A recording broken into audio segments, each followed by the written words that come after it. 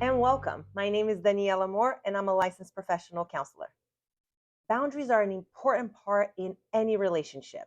By setting boundaries, we discover which relationships are healthy and which are not. When we don't maintain healthy boundaries with others, we may feel resentful, drained, and guilty.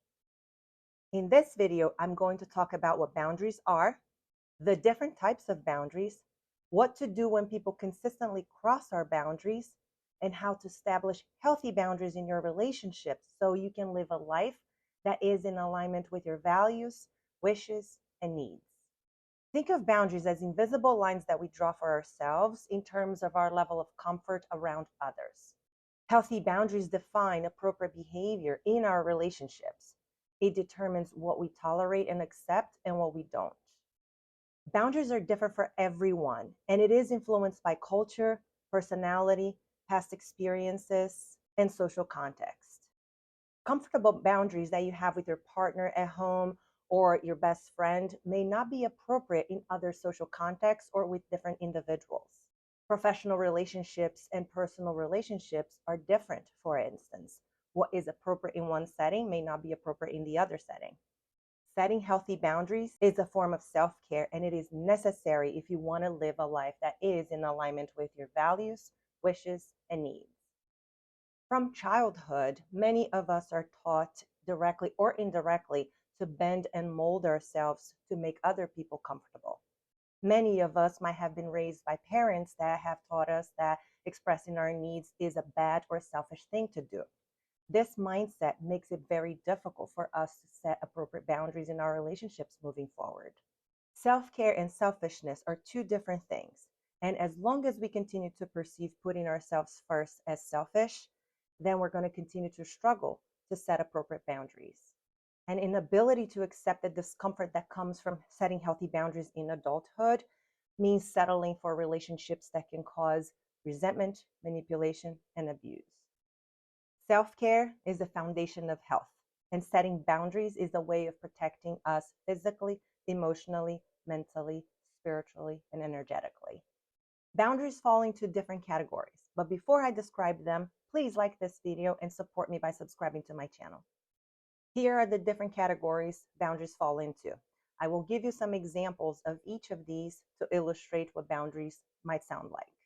Let's start with emotional.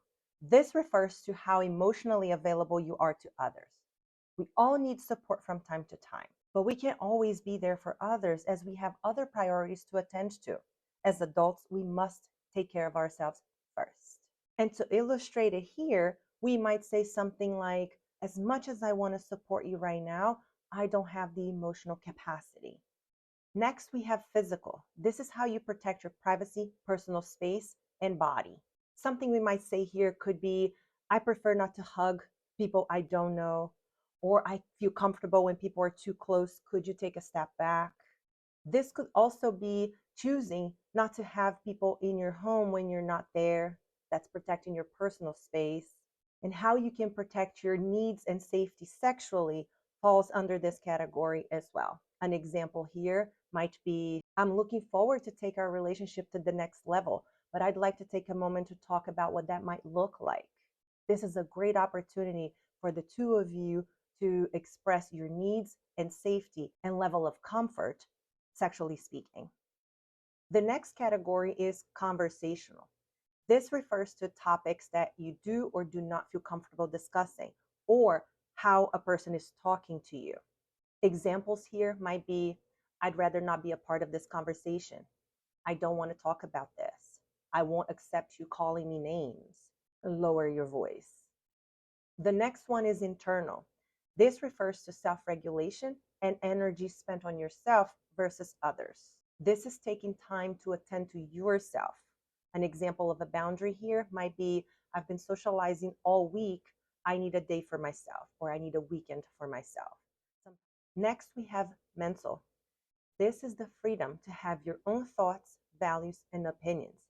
Many people won't agree with you, or you won't agree with them, but we can work on respecting. So an example of a boundary here might be, I respect your perspective and opinion, although I disagree with you.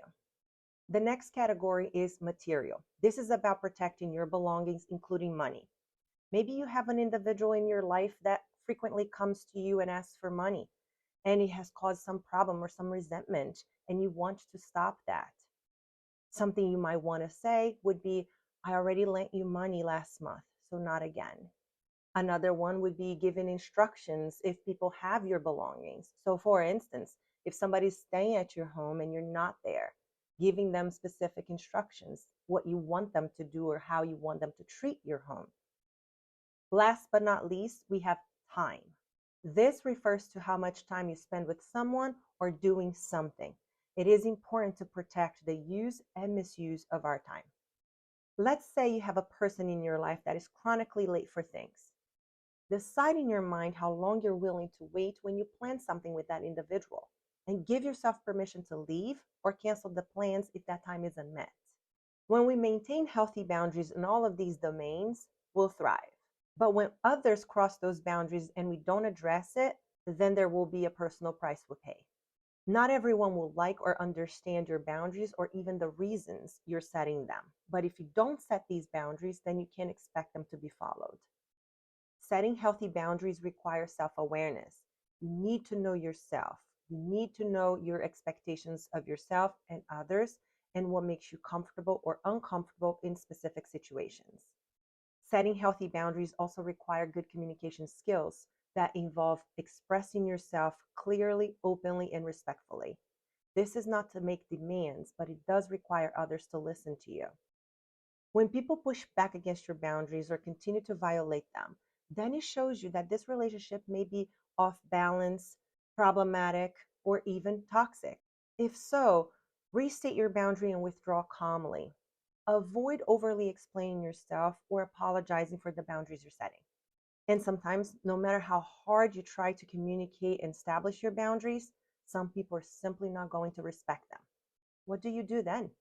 When people repeatedly cross your personal boundaries by ignoring them, challenging them, or cutting you off, then that relationship is already problematic and the whole nature of that relationship need to change.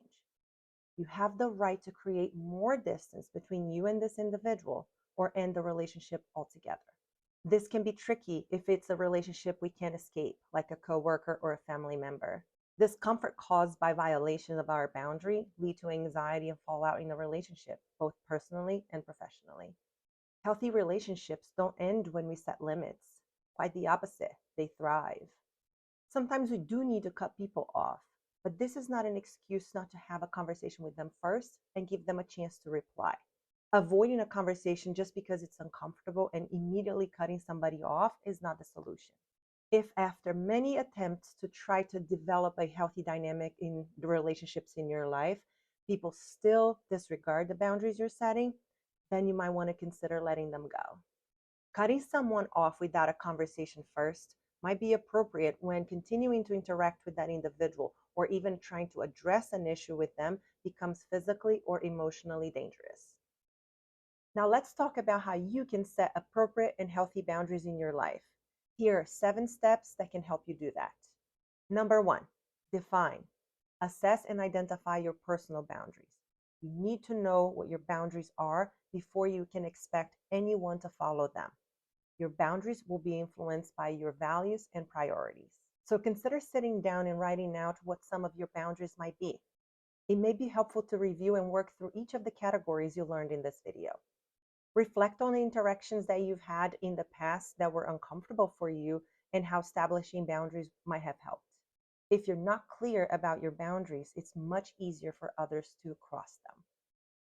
Number 2, communicate clearly and directly. Keep it simple. Be as clear and as straightforward as possible. Don't assume that people know what you need or want from them. State your need or request directly and in terms of what you'd like instead of what you don't like or don't want. Positive statements tend to be more helpful and effective than negations. So, for instance, you might want to say, lower your voice, or I need you to lower your voice. And you don't need to explain yourself extensively when you are establishing these boundaries.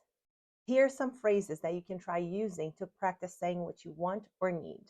Fill in the blanks in these phrases.